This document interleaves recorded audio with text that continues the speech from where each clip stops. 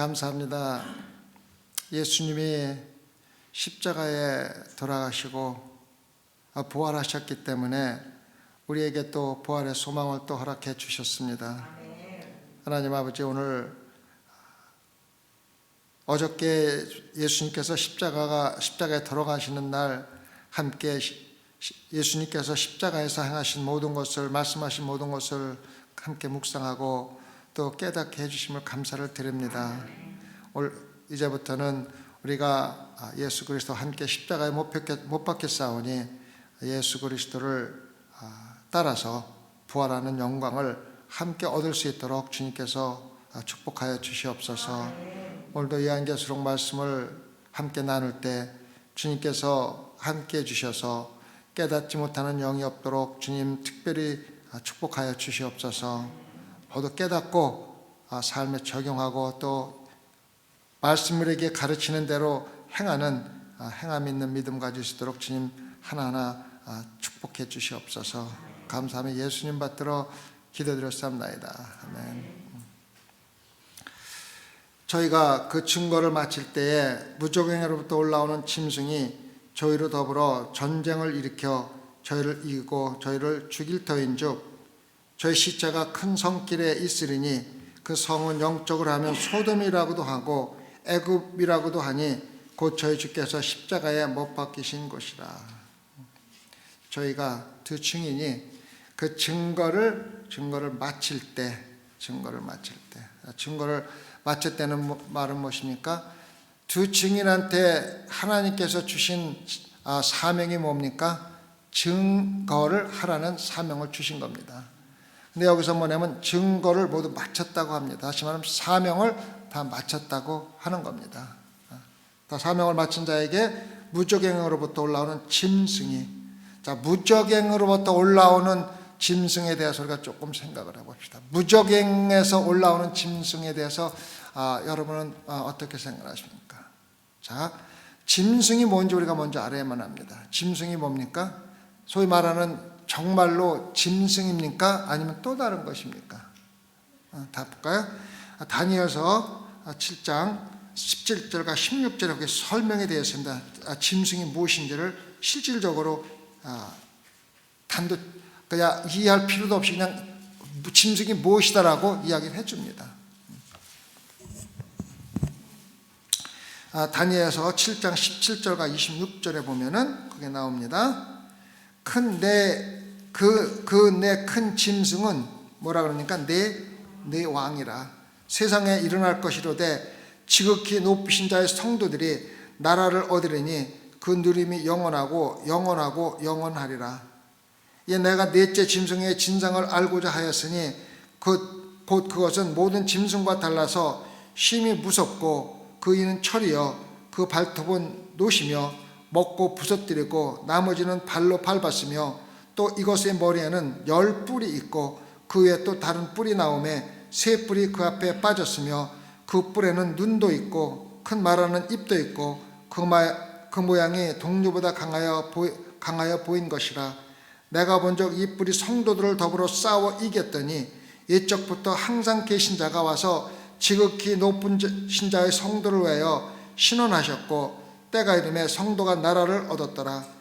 모신자가 이처럼 이르되 넷째 짐승은 곧 땅의 넷째 나라인데 이 모든 나라가 달라서 천하를 삼키고 밟아 부셔뜨릴 것이며 그 10뿔들은 이 나라에서 일어날 10왕이요 그 위에 또 하나가 일어나려니 그는 먼저 있던 자들과 다르고 또 새 왕을 복종시킬 것이며 그가 장차 일로 지극히 높으신 자를 대적하며 또 지극히 높으신 자의 성도를 괴롭게 할 것이며 그가 또 때와 법을 변개코자 할 것이며 성도는 그의 손에 붙임받아 한 때와 두 때와 반 때를 지내리라. 그러나 심판이 시작된 적 그는 권세를 빼앗기고 땅끝까지 멸망할 것이요. 거의 요한복음 오늘 우리가 읽은 말씀과 똑같습니다. 실질적으로 다니엘서에서 말하고 있는 내 나라는 이미 우리가 잘 알고 있는 바벨론과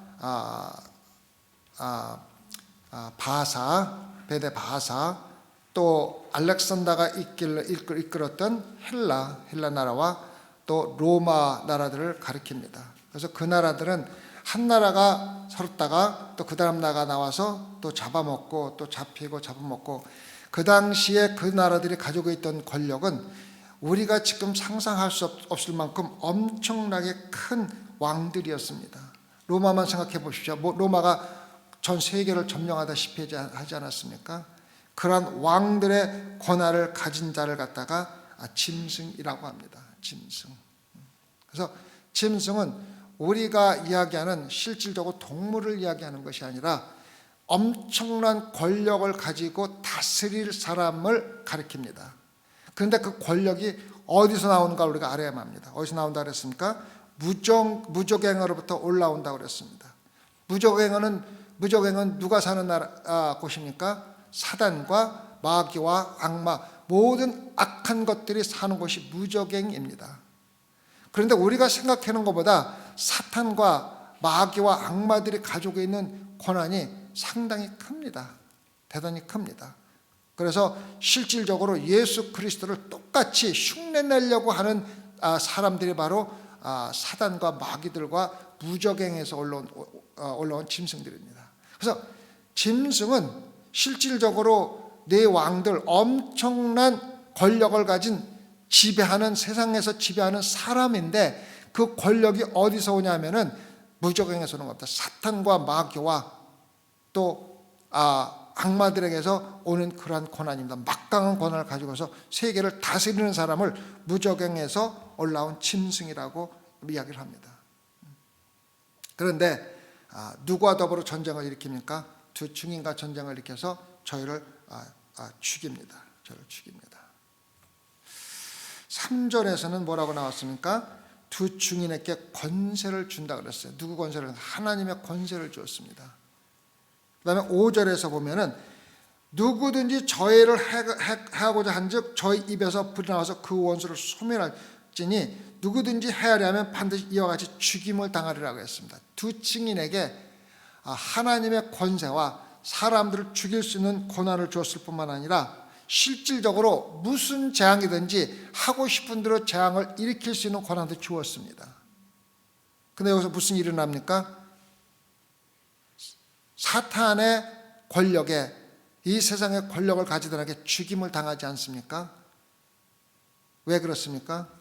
사명이 끝났기 때문입니다. 우리가 신앙생활하면서 깨달아야 할 것은, 우리가 하나님의 일을 하면은 하나님의 권세가 우리에게 주어집니다. 이것은 아무도 부인할 수가 없습니다. 하나님이 사명을 맡기면서 감당할 수 있는 능력과 권세를 주지 않고 사명을 맡기신 적이 단 한 번도 없으십니다. 실질적으로 하나님께 택하신 백성에게는, 택한 자에게는 사명을 맡길 때 사명을 감당할 수 있는 권한을 똑같이 주십니다. 그래서 사명과 권한은 항상 함께 하는 것입니다. 그런데 그 사명이 끝나면은 그 권한도 함께 사라지는 겁니다. 우리 이거를 반드시 깨달아야 합니다. 그래서 우리가 하나님의 사명을 받고 하나님의 권능을 받았을 때 그 받은 권능은 반드시 하나님의 사명을 감당하는 데만 사용하도록 제한되어 있는 것입니다. 그래서 그것을 반드시 알아야만 합니다. 얼마 전에 이정옥 집사님이 암으로 돌아가셨는데, 그 언니가 여기 왔었잖아요. 언니가 와가지고 이야기를 많이 하고 또 대화를 했는데, 그분이 전도사로 계속 하나님을 섬겼던 아주 충실하신 분입니다. 그래서 그분이 전도사로 계실 적에 치료의 은사를 받으셨다고 그럽니다. 그래서 실질적으로 그분이 기도할 적에 환자가, 병든 자가 낫는 기적도 많이 일으키고, 그래서 전도사를 하시면서 목회자들한테 핍박을 많이 받았다고 그럽니다. 목회자들은 기도해도 병이 안 낫는데, 전도사가 와서 병이 나니까 세상적으로 얘기하면 목회자 권위가 떨어지는 거 아닙니까? 이건 절대 그런 게 아니에요. 성도들은 각자 다른 은사를 준 거예요. 목회자에게 가장 큰 은사는 병을 치료하는 은사가 아니에요. 말씀 전하는 은사입니다. 그래서 병의 치료를 하는 은사, 또 다른 은사, 많은 다른 은사들은 성도들에게 다 주어서 각 지체마다 맡은 은사대로 사용할 적에 하나님의 나라가 이루어지는 거지, 목회자가 모든 권한을 다 가지고 모든 은사를 다 받아 혼자 다 하는 게 아닙니다. 그래서 목회자에게 가장 큰 은사는 담대하게 말씀을 전하는 은사가 주어진 것이고, 병을 고치는 은사는 다른 사람에게 주어지는 게 당연한 건데, 물론 미국에 있는 목사는 어떤지 모르지만 한국에 있는 목사들은 거기에 대해 질투가 아주 심했다고 우리가 고백을 합니다. 우리한테 와서. 그런데 지금은 자기에게 병을 치료하는 은사가 없어졌다는 거예요. 그래서 자기 동생이 죽어가는데도 아무리 기도해도 병이 낫지 않는다는 거예요. 여러분, 우리는 그걸 알아야 돼요. 하나님께서 우리에게 주신 은사는 개인적으로 사용하라고 주신 게 아니에요. 자기 동생 병 치료하라고 주신 게 아니에요. 하나님께서 필요할 때 필요한 사람을 치료해 줌으로써 하나님의 영광을 나타내는데 사용하기 위해서 주신 게 하나님의 은사지, 개인적으로 사적인 이득을 해서 사용하는 것은 하나님의 은사가 아닙니다. 여러분, 그 분명히 알아야지 돼요. 그래서 신유의 은사를 받은 사람들 중에서, 가족 중에서 병으로 죽는 사람이 수없이 많아요. 아무리 신유의 은사를 받았다 해서 가족 아픈 것 갖다가 기도한다고는 안 납니다. 그거는 하나님의 주신 은사의 목적과 전혀 다른 겁니다. 우리 그거 분명히 알아야 돼요. 여러분들에게 하나님 은사가 줄 때, 목회자도 마찬가지예요. 하나님께서 말씀 전하는 은사를 주었는데 그 말씀을 전해갖고 개인적인 이득을 통해서 부를 챙기는 사람들은 그거는 은사를 잘못 사용하고 있는 겁니다. 하나님의 목적에 맞지 않게 사용하는 것이며, 거기에 대한 대가는 우리가 생각하는 것보다 더 심하게 나올 수가 있습니다. 요즘에 말 잘하는 목사들이 자기들에게 준 말 잘하는 은사를 잘못 사용해서 자기의 명예나 부에 사용한 사람이, 목사들이 엄청 많습니다. 조엘 어스틴 목자가 대표적인 예입니다. 그분은 물질과 신앙생활을 완전히 연결시켜서 물질 없는 사람은 축복 못 받은 사람이라고 그렇게 말할 정도로 목회를 합니다. 그러면서 언변이 좋기 때문에 말을 하면 많은 사람들이 그 말을 믿고서 엄청나게 헌금을 합니다. 그런 것들은 전부 다 개인적으로 사용하는 잘못된 겁니다. 그래서 증거를 맡을 때, 우리 사명을 맡을 때는 우리 은사도 함께 없어지는 겁니다.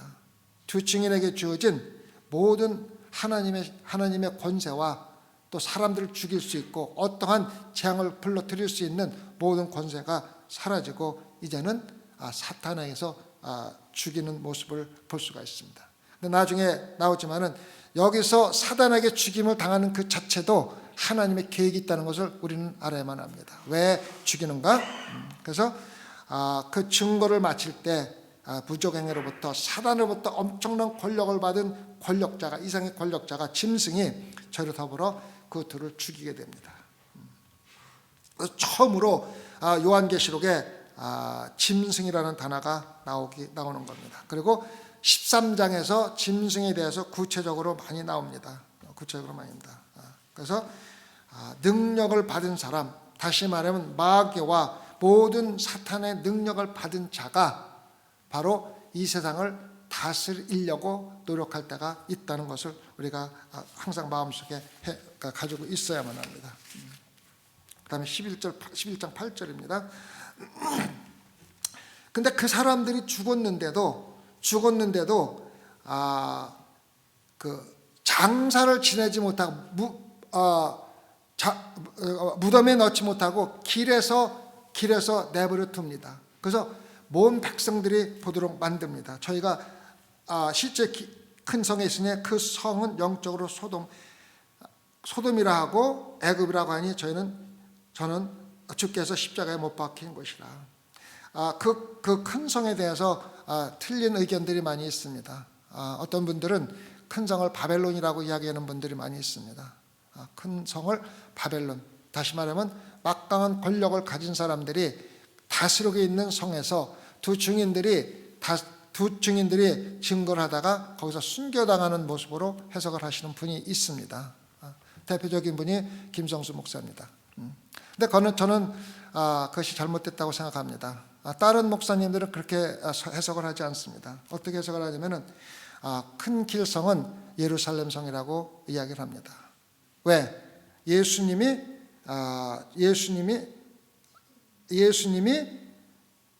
십자가에 못 박힌 곳이라고 했습니다. 못 박힌 곳이라고 분명히 여기 나와 있습니다. 나와 있기 때문에 거의 대부분의 신학자들은 이곳을 예루살렘이라고 얘기합니다. 그래서 예루살렘이 어떤 모습으로, 영적으로 어떤 모습입니까? 소돔과 같은 곳이라고 얘기합니다. 소돔과 같은 곳이라는 건 뭐냐면은 영적으로, 성적으로 완전히 타락했다는 모습입니다. 다시 말하면은 동성애가 만발했기 때문에 롯과 그 가족들이 거기서 탈출하면서 소돔과 고모라가 완전히 멸망하게 되는 그런 영적으로 타락한 곳이라고 얘기했습니다. 그래서 예루살렘은 영적으로 완전히 타락한 장소가 반드시 됩니다. 지금도 예루살렘에서 전도하기가 세상 어느 곳에 전도하기보다 가장 힘든 곳이 예루살렘입니다. 저도 예루살렘에 이스라엘에 가서 예루살렘 봤는데 그곳에 사는 기독교인들은 많은 핍박을 받습니다. 실질적으로 성지인 예루살렘에서 핍박을 받습니다. 누구 때문에? 유대인들 때문에. 그것은 직분 문제가 아닙니다. 예수님도 누구 때문에 죽었습니까? 물론 우리의 죄 때문에 스스로 돌아가셨지만 누구의 손을 빌어 돌아가십니까? 유대인의 손을 빌어 들어간 거예요. 사도 바울이 복음을 전할 때 죽음을 몇 번 경험하는데 다 누구 때문에 그렇습니까? 유대인들 때문에 핍박과 고난 속에서 죽음까지 경험하게 된 겁니다. 지금도 똑같습니다. 그 다음에 뭐라고 그럽니까? 애굽이라고 합니다. 애굽은 뭡니까? 애굽은 믿는 자들을 심하게 핍박한 곳입니다. 택한 자들을 핍박한 곳이 애굽입니다. 누굽니까? 이스라엘 백성이 택한 백성으로서 거기서 400년 동안 노예 생활한 곳이 애굽입니다. 그래서 영적으로 소돔은 성적으로 완전히 타락한 장소이며 또 믿는 자들을 심하게 핍박하는 장소입니다. 그곳이 바로 예루살렘 성입니다. 예루살렘 성인데 그곳이 뭐니까 예수 그리스도가 죽은 장소입니다. 십자가에 죽은 장소입니다. 또 이 큰 성이 예루살렘이라는 증거가 데살로니가후서 2장 3절과 4절에 나와 있습니다. 데살로니가후서 2장 3절과 4절을 보면은 누가 아무렇게 하여도 너희가 미혹하지 말라. 먼저 배도하는 일이 있고 저 불법의 사람 곧 멸망의 아들에 나타나기 전에는 이르지 아니하리니 저는 대적하는 자라 범사에 일컫는 하나님이라 숭배함을 받는 자 위에 뛰어나 자존하여 하나님 성전에 앉아 자기를 보여 하나님이라 하느니라. 지금 막강한 권력을 가진 사단의 짐승이 하고자 하는 마지막 목표가 뭐냐면 성전에 앉아서 하나님처럼 예배를 받기를 원한다는 것입니다. 그런데 제가 얼마 전에 새벽 예배 때 말씀드렸죠. 네 번째 성전이 반드시 예루살렘에 지어지는데 누구의 도움으로 지어지냐면 적그리스도의 힘으로 지어진다고 그랬습니다. 왜? 자기들이 그곳에 앉아서 왕노릇하고 예배받기를 원하기 때문에 반드시 네 번째 성전을 짓는데 적그리스도들이 협력을 합니다. 그래서 지금 지어져 있는 이슬람 돔 그 근처에 성전이 지어지고 그곳에서 사탄이 예배받기를 원한다는 그런 증거가 여기 나와 있는 겁니다. 그래서 큰 길 성에서 사탄이 그렇게 하기를 원하는데 성전은 예루살렘밖에 지어줄 수가 없습니다. 그래서 큰 성은 반드시 예루살렘으로밖에 해석될 수가 없습니다. 그래서 예루살렘에서 마지막으로 모든 것들이 이루어지고 거기서 나중에 곡과 마곡의 전장이 일어나면서 모든 마지막 새하늘과 새 땅이 이루어지는 모습이 반드시 예루살렘에서 이루어지게 되는 것입니다. 그래서 큰 성은 예루살렘으로 해석하는 것이 맞습니다. 적어도 제 생각에는 그것이 맞고 많은 유명한 신학자들이 그렇게 해석을 하는 것을 동조하고 있습니다. 그 다음에 9절입니다. 백성들과 족속과 방언과 나라 중에서 사람들이 그 시체를 사흘 반 동안 목도하며 무덤에 장사하지 못하게 하리로다. 지금 우리가 이 모습을 우리가 상상을 해보는 게 참 좋습니다. 자, 사람이 죽었습니다. 죽었는데 길에다가 놓고 그거를 전시를 해놓는 겁니다. 봐라, 두 증인들이 죽었다. 그런데 누가 봅니까? 백성들과 족속과 방언과 나라들이 보는 겁니다. 이거는 뭐냐면 온 세상이 본다는 것입니다.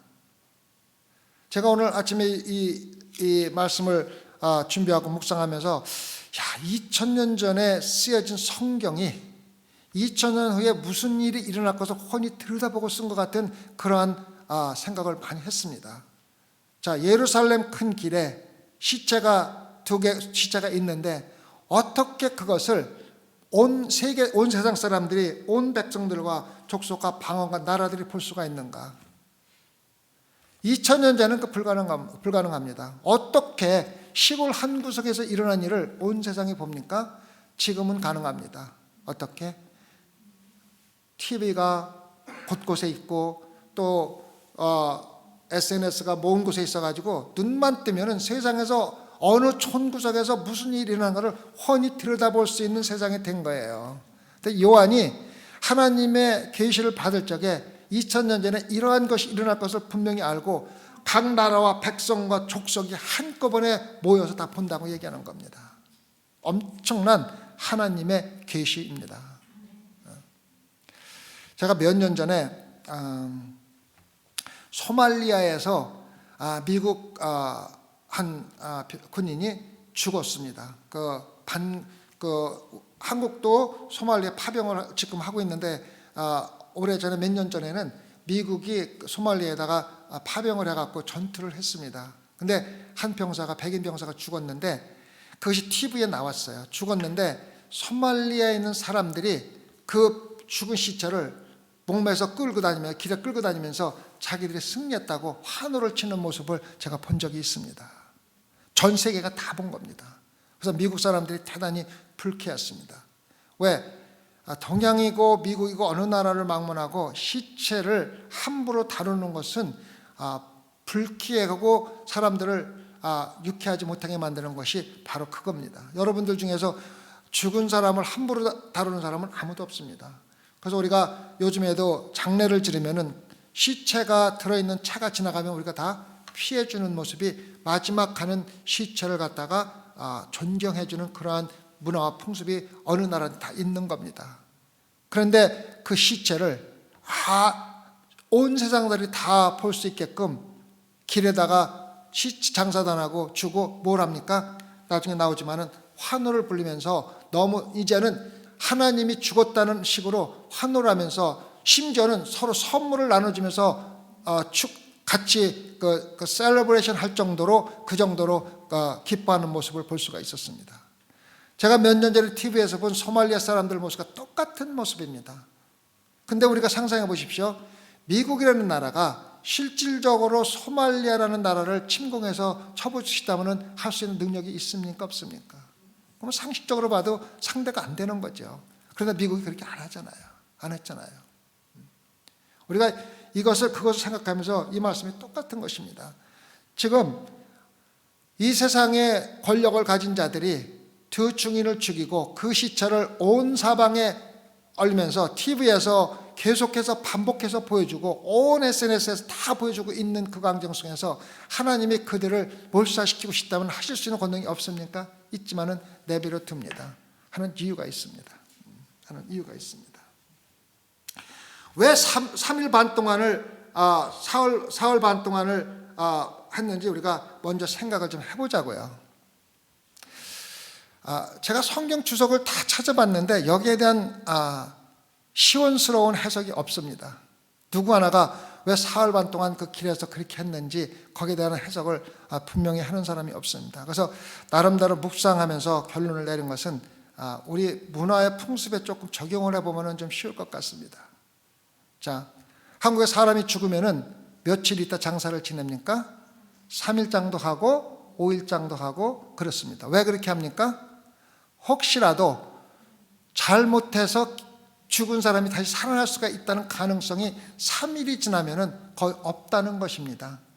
그래서 3일장을 지내는 것이 풍습으로 된 것은 실질적으로 죽은 자가 살아날 가능성이 있다는 것을 존중해 주기 위해서 죽은 사람을 장사 지내지 않고 해서 3일장과 5일장을 했다는 기록이 있더라고요. 제가 찾아봤어요. 기록이 있더라고요.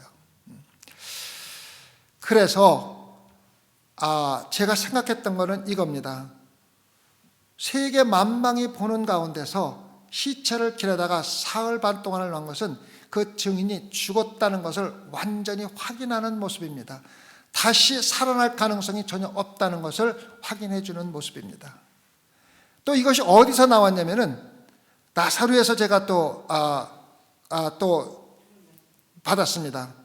자, 예수님이 나사로가 죽었다는 소식을 듣고 일부러 안 갑니다. 며칠 있다가 갑니까? 나흘 있다가 갑니다.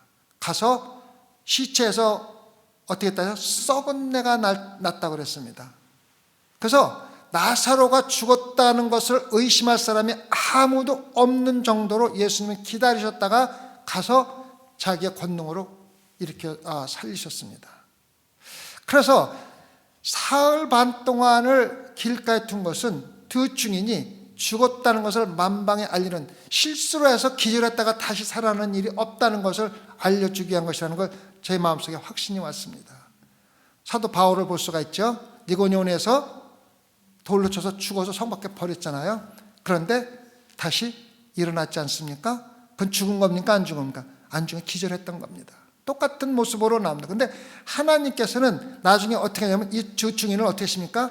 살리시는데 기절했다가 살린 게 아니라 완전히 죽은 것을 하나님의 권능으로 살리는 것을 나타내기 위해서 세계 만방에 보여주는 겁니다.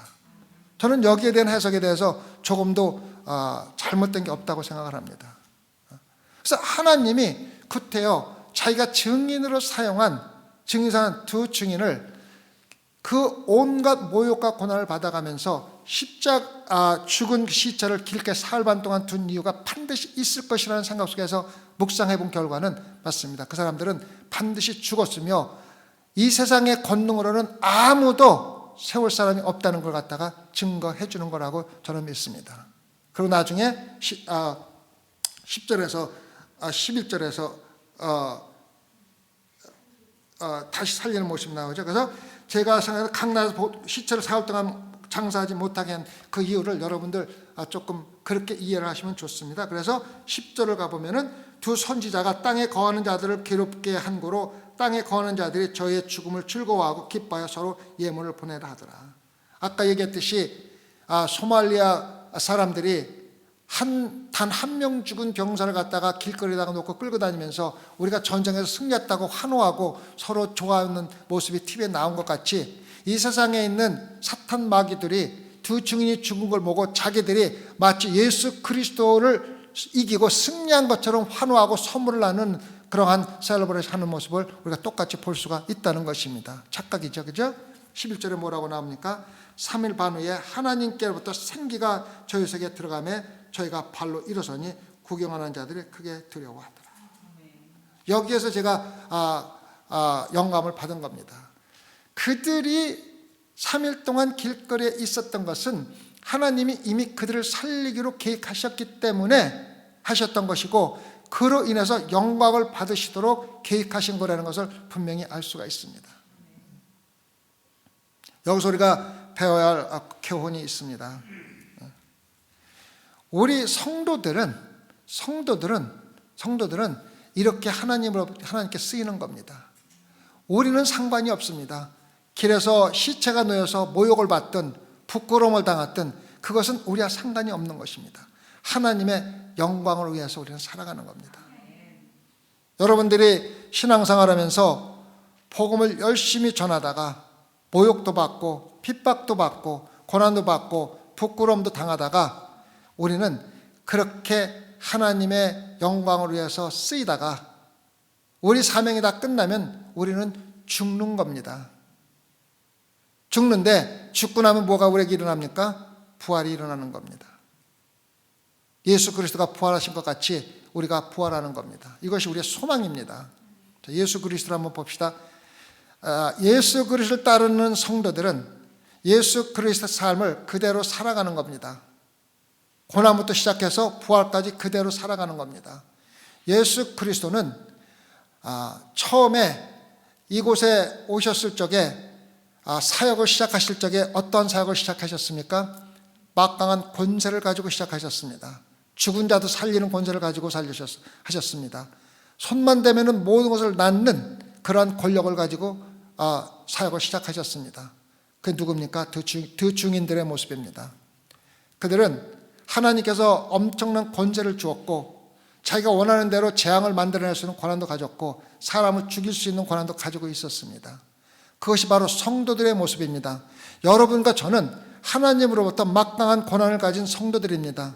사람들을 기도로서 죽일 수도 있고 살릴 수도 있고 사람들을 어떠한 모습으로 할 수 있는 권한이 있습니다. 우리의 권한은 나의 권한이 아니라 하나님의 우리에게 주신 하나님과 똑같은 권능을 가지고 성도의 역할을 하는 겁니다. 이것이 바로 성도들입니다. 그런데 예수 그리스도가 그러한 모습으로 사역을 하시고 어떻게 하십니까? 온갖 고난과 고통과 핍박을 받으시고 십자가에 돌아가십니다. 두 증인들이 어떻게 됩니까? 모든 사역을 마치고 사람들에게 죽임을 당하고 사탄 마귀들이 죽임을 당하고 길거리에 누워있는 모습과 똑같은 겁니다. 여러분과 저는 하나님 말씀을 열심히 전도하다가 핍박과 모욕을 받고 쓰러져 죽을 수도 있고 죽어야만 마땅한 모습, 성도들의 사명입니다. 그 다음에 오는 것이 뭡니까? 예수 그리스도가 3일 만에 부활하셨지 않습니까? 두 증인들이 사흘 반 동안 길거리에 있다가 또 하나님께서 부활시키지 않았습니까? 나중에 12절에 뭡니까? 하늘로부터 큰 음성이 나와서 하늘로 구름새 들려 올라갔다고 했습니다. 예수님이 승천하실 때 똑같은 모습으로 승천하시는 겁니다. 여러분과 저는 하나님 사명 열심히 감당하다 쓰러져 죽을 때 하나님의 영광 가운데 우리도 승천하는, 구름 가운데 승천하는 똑같은 모습으로 삶을 살아간다는 것입니다. 그래서 우리의 삶이나 두 증인의 삶이나 예수 그리스도의 삶이나 똑같은 삶이 되는 것이 바로 성도들의 삶입니다. 여러분들 지금 살아가는 삶이 힘듭니까? 고통스럽습니까? 하나님 일 조금 하려고 그러면은 핍박과 고난, 온갖 가습이 막 돌아다닙니다. 하나님의 복음을 전하려고 그러면 온갖 비난과 수모를 당할 때도 있습니다. 하나님 믿기 싫어하는 사람한테 가서 말씀 전하면은 엄청난 핍박으로 돌아옵니다. 그러한 것 여러분 힘드시죠? 걱정할 거 없습니다. 우리에게 돌아오는 것은 하나님의 영광 가운데 승천하는 모습이 바로 우리들의 모습입니다. 여러분들이 설사 복음을 전하다 죽어서 길거리에 시체를 3일 동안 있는다 할지라도 그것은 부끄러움이 없는 것은 우리가 예수 그리스도와 함께 승천하기 때문, 부활하여 승천하기 때문입니다. 내일이 부활절입니다. 만약에 부활절이 없다면은 여러분과 저는 예수 그리스도를 믿을 필요도 없습니다. 목회할 필요도 없습니다. 부활이 있기 때문에 우린 예수 그리스도를 믿는 겁니다. 다른 목적 아무것도 없습니다. 그리고 우리가 살아가는 삶의 목적도 다른 목적 하나도 없습니다. 이 세상에서 우리에게 주어진 동안 하나님의 말씀 열심히 전하다가 사명이 끝나면은 하나님께 불려 올라가는 그것이 우리의 삶의 전부입니다. 사도 바울이 나중에 뭐라 그럽니까? 디모데에게 편지를 보내면서 내가 내 삶의 모든 것을 쥐어짜서 마지막 성전에 들여선 예물에 마지막으로 들은 포도주로서 뿌려져서 산화되겠다는 말을 전합니다. 그게 올바른 성도들의 모습입니다. 여러분과 저는 이 세상에서 마지막 순간까지 나에게 주어진 모든 삶의 전부를 다 쥐어짜서 말씀 전하고 하나님 사명 감당하다가 제물로 드려지는 게 성도들의 삶입니다. 그렇게 살아갈 적에 하나님께서 영광 받으시고 우리의 삶이 하나님의 영광 가운데 승천하고 하나님의 나라에 동참하는 겁니다. 우리의 삶의 전체적인 목적은 우리가 우리의 삶을 사는 것이 아니라 하나님의 영광을 위해서 사는 겁니다. 환난 가운데 회개하고 하나님께 영광을 돌리는 유일한 구절이 여기 나옵니다. 지금 요한계시록에 인의 핍박이 나오고 나팔의 핍박을 나오고 대접의 핍박이 나오지만 핍박을 통해서는 사람들이 회개를 하고 돌아올 확률이 거의 없습니다. 어떻게 회개하고 돌아오냐면은 복음을 전할 때 말씀을 증거할 때만 하나님의 영광 돌리는 회개가 일어나는 겁니다. 그래서 우리는 끊임없이 증거하고 말씀을 전해야 된다는 것입니다. 그래서 우리는 하나님의 백성들입니다. 똑같이 우리의 삶은 우리가 신앙생활하면서 실수하는 가장 큰 것은 하나님이 우리를 위해서 존재하신다고 믿고 맨날 하나님을 또 무엇을 얻으려고 하는, 도움을 얻으려고 하는 신앙생활을 하는 사람들이 참 많습니다. 그건 반대입니다. 우리가 하나님을 위해서 존재하는 겁니다. 하나님의 영광을 위해서 존재하는 그것이지 내 영광을 위해서 존재하는 게 아니라는 것을 우리는 깨달아야 합니다. 근데 신앙생활을 거꾸로 하게 되면은 하나님이 나를 위해서 존재하기 때문에 내가 기도하면 필요한 거 채워줘야 되고, 내가 항상 기쁘고 즐거워야 되고, 내가 하는 모든 일은 다 이루어져야 한다는 하나님의 나의 하나의 도구로 신앙생활 하시는 분들은 지금 완전히 마음을 바꾸시기 바랍니다. 우리가 하나님의 영광으로 해서 존재하는 겁니다. 그래서 11절에 보면은 3일 반 후에 하나님께로부터 생기가 저희 속에 들어가며 저희가 발로 일어서니 구경하는 자들이 크게 두려워하더라. 두려워하면서 회개가 일어납니다. 생기가 불었다 그러면, 생기가 불어올 때 성경에 가장 우리에게 기억나는 게 뭡니까? 창세기입니다. 하나님이 인간을 흙으로 지으시고 거기에 하나님의 생기를 불어넣어서 마침내 우리가 생명이 된 겁니다. 살아있는 생명이 된 겁니다. 그래서 실질적으로 우리에게서 생기를 빼버리면 죽은 자입니다. 죽은 자입니다. 그래서 그 말은 뭐냐면은 아무리 우리가 죽었다 하더라도 생기를 불어넣을 때 우리는 다시 살아나는 겁니다. 그래서 우리의 생명은 하나님의 생기에 있는 것이지 우리의 육체에 있는 것이 아니라는 것을 우리가 마음에 새겨두고 이 세상에 살아나가면서 내 육감을 조금 더 즐겁게 하기 위해서 살아가는 생활 속에서 하나님을 즐겁게 하고 하나님을 기쁘게 하는 삶으로 바뀌어야 되는 것이 성도들의 삶입니다. 우리가 느끼는 육체적인 쾌감이나 즐거움은 순간입니다. 굉장히 제한되어 있습니다. 제가 수십 번 말하지만은 맛있는 음식을 먹습니다. 근데 대부분의 맛있는 음식들이 몸에 안 좋습니다. 그렇죠? 우리 안 그렇습니까? 우리 최소님 안 그래? 맞죠? 그죠? 그런데 우리는 입에서가 맛을 느끼는 거지 뱃속에서는 맛을 못 느낍니다. 근데 그 음식이 우리 입에서 있는 기간은 불과 우리 와이프 같이 씹으면 한 5분 될 거고 저같이 씹으면 10초면 넘어갑니다. 저는 그냥 씹지 않고 넘기는 성격이 있기 때문에 성질이 급해서 그런지, 그래서 우리가 그 맛을 느끼는 건 불과 10초, 20초인데 그게 뱃속에 들어가서 우리 몸속에 있는 것은 24시간 내지 영원히 있으면서 우리 몸을 해롭게 하는 겁니다. 그래서 이 세상에서 우리가 육감으로서 기쁘게 느끼고 즐겁게 느끼기 위해서 살아가는 것은 결국은 우리에게 불과 몇 순간을, 몇 초를, 몇 분을, 몇 시간을 즐기기 위해서 우리의 영원한 생명을 포기하는 것과 똑같은 겁니다. 그렇잖아요, 그렇죠? 그래서 신앙생활한 성도들은 물론 하나님께서 우리에게 축복해 주신 모든 것들은 하나님의 영광을 위해서 우리가 하나님의 축복을 누리는 것은 당연한 겁니다. 하나님께서 우리에게 집도 주시고 또 차도 주시고 가족들도 주시고 또 교회도 주시고 모든 것 주신 것은 우리가 하나님의 축복 가운데 하나님 주신 걸 누리는 것이 마땅합니다. 그러나 그러한 것들을 위해서 하나님의 영광을 가리는 것은 절대로 안 된다는 것입니다. 그리고 우리가 아무리 세상에 많이 누려봐야 죽으면 아무 의미가 없는 겁니다. 그렇잖아요, 그죠? 육체적으로. 제가 얼마 전에 그 신문을 보니까 아마존의 그 회사의 주인이 800빌리언 하여튼 엄청난 돈을 갖고 있는데 그 사람이 죽으면 유산을 내려가면 65%가 정부의 재산으로 나간다고 합니다.